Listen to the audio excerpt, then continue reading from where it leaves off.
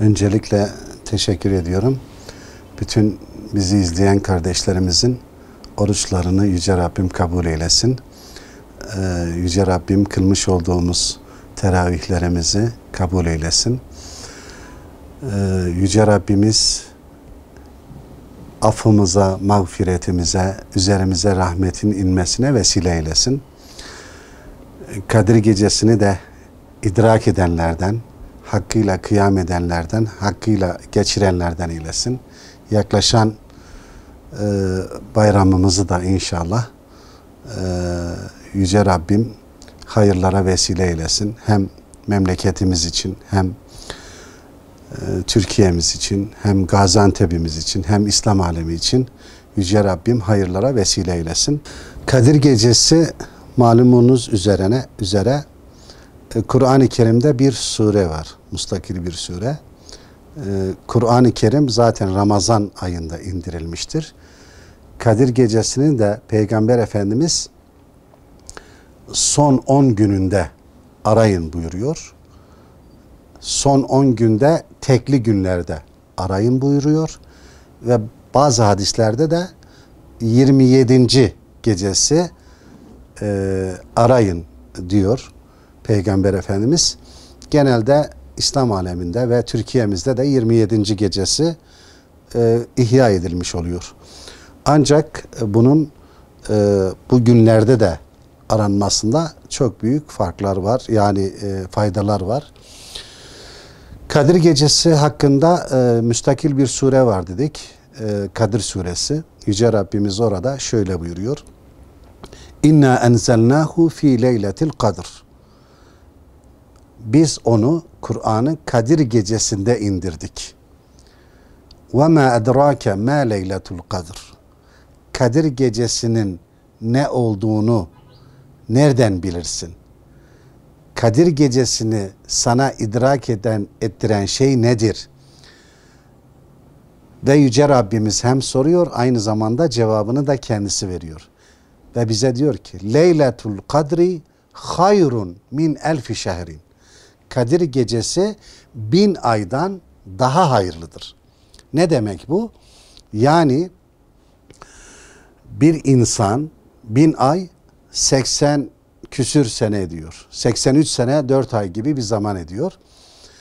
Bu Kadir Gecesi'nde biz bir ibadet yaparsak, bir farz namazı kılarsak, Yüce Rabbimize tövbe eder, istiğfar eder, bir daha dönmemek üzere Rabbimize iltica eder, yönelir isek, Yüce Rabbimiz hem tövbelerimizi kabul ediyor, hem de bize 84 sene ibadet yapan bir adamın sevabını veriyor. Yani hayırlı olması, 1000 aydan daha hayırlı olması bu anlamı ifade ediyor.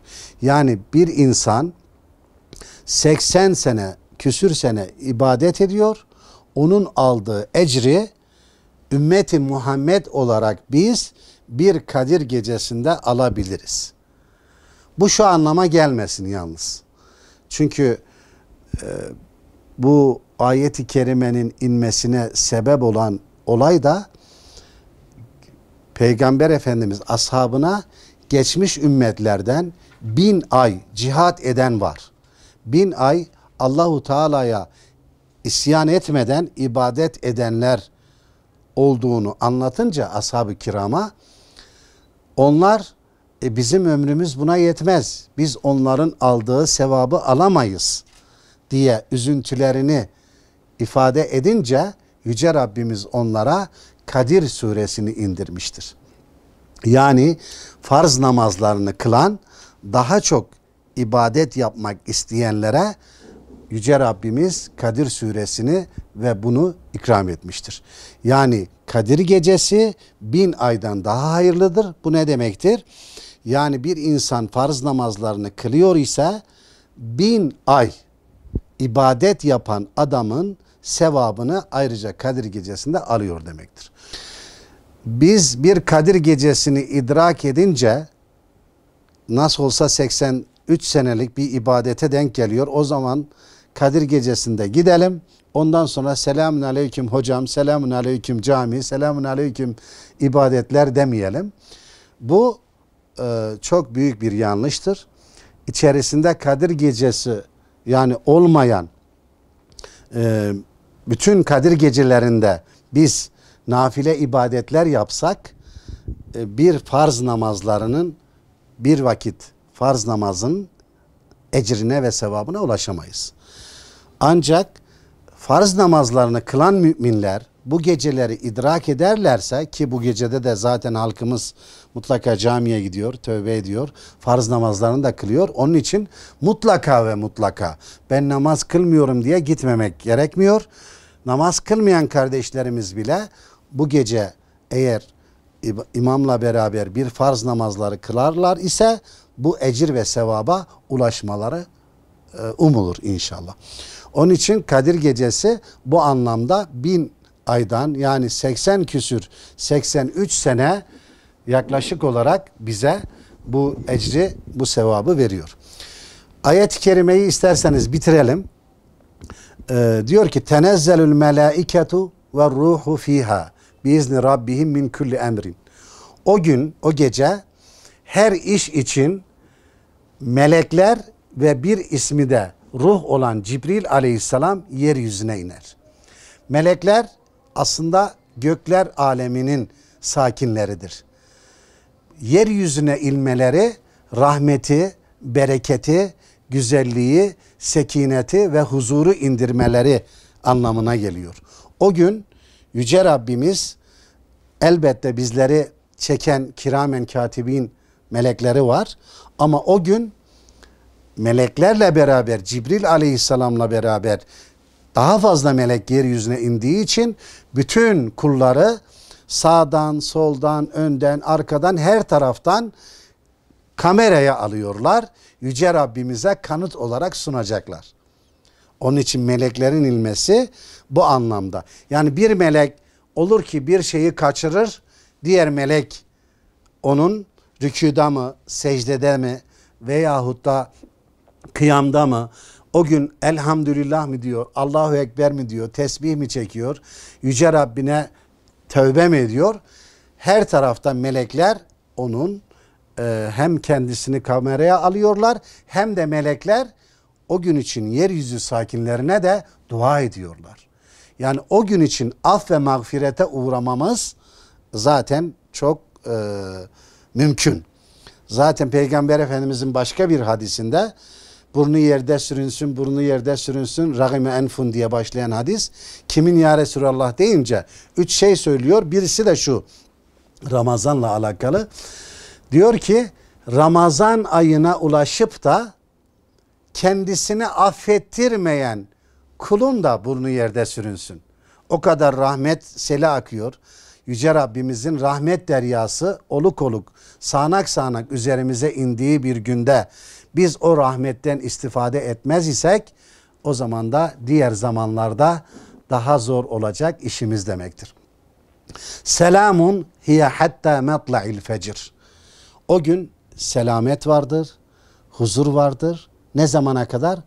Hatta matla'il fecr. Fecir doğuncaya kadar o gün Yüce Rabbimizin rahmeti, mağfireti ve meleklerle beraber yeryüzüne indirmiş olduğu sekineti devam edecektir. Yüce Rabbim bu anlamda Kadir Gecesi'ni tüm kardeşlerimize, Müslüman kardeşlerimize, İslam alemine hayırlara vesile eylesin. Memleketimizin birliğine, vahdetine, İslam ümmetinin vahdetine vesile eylesin diyorum. En mühimi bu gece Yüce Rabbimize hakiki bir kul olmanın, Peygamber Efendimiz'e hakiki bir ümmet olmanın, müminlere hakiki bir kardeş olmanın yolunu aramak üzere asgari düzeyde nasıl istifade edilir? En asgari istifade şartı yatsı namazını imamla beraber veya bir camiye gitmesek de bir imamla beraber cemaatle kılmak. Yatsı namazını cemaatle kılan, imam namazı bitirinceye kadar imamla beraber olan kişi o geceden gereken ecri, sevabı almış demektir. İşte ben affolmam, ben çok günahkarım dememek lazım. Ben zaten namaz kılmıyorum. Bu gece gitsem ne olur, gitmesem ne olur dememek gerekiyor. Bütün halkımız, Yüce Rabbimiz zaten ud'uni estecib lekum.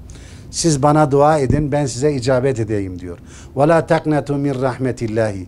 Allah'ın rahmetinden ümit kesmeyin diyor. İnnallaha yaghfiru zunube cemi'an. Allah bütün günahları affeder. Allah Celle Celaluhu şirk hariç bütün günahları affeder. Zaten şirki de bu dünyada tövbe edersek zaten şirki de affediyor. Öyle bir ahirette sadece ahirete şirk koşarak gitmemek adına Yüce Rabbimize ibadet etmeli, tövbe etmeli, istiğfar etmeli ve Yüce Rabbimizin rızasını kazanmalıyız. Bu gecede evet Kur'an okuyabiliriz, namaz kılabiliriz ama zikir edebiliriz, dua edebiliriz. Bugünlerde dualarımız daha çok icabet olacaktır. Çünkü Yüce Rabbimizin rahmetinin de beraberinde indiği gecedir. Mağfiretinin de indiği gecedir. Yüce Rabbimiz her gün cehennemi hak eden binlerce insana affediyor bir hadis-i şerifte. وَلِلَّهِ اُتَقَاءُ fi kulli leyletin. Ramazan ayında her gece cehennemi hak eden birilerini affediyor. Ve bu Ramazan'ın sonuna kadar devam ediyor. Yani Ramazan'ın hem evveli hem ortası hem sonu hem rahmet hem mağfiret hem de cehennem azabından kurtuluştur. Hem başı hem ortası hem sonu. Rahmeti daraltmamak gerekiyor bu anlamda.